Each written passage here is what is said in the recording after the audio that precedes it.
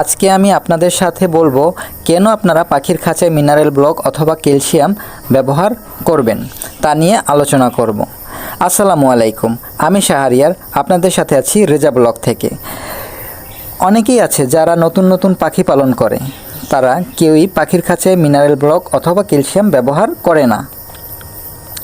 যেহেতু পাখি খাঁচায় থাকে, প্রকৃত থেকে কোনো খাবার গ্রহণ করতে পারে না, সূর্যের আলো গ্রহণ করতে পারে না, এর কারণে পাখির শরীরে অনেক ক্যালসিয়াম অথবা মিনারেলের ঘাটতি দেখা যায়। তাই আপনারা এরকম একটা ক্যালসিয়াম অথবা মিনারেল ব্লক পাখির খাঁচায় দিয়ে রাখবেন। অনেকে আবার বলে, ভাই আমি তো মিনারেল ব্লক দিয়ে রাখি কিন্তু পাখি তো খায় না।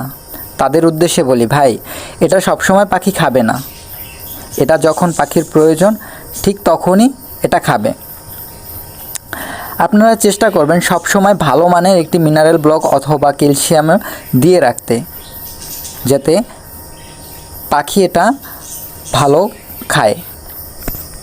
আর এই মিনারেল ব্লক আর ক্যালসিয়াম এটা নিয়ে ফুল একটা ভিডিও আমি নিয়ে আসতেছি আপনাদের জন্য। আপনারা অবশ্যই সেই ভিডিওটা দেখার জন্য আমার চ্যানেলটিকে সাবস্ক্রাইব করে পাশে থাকবেন। আল্লাহ হাফেজ।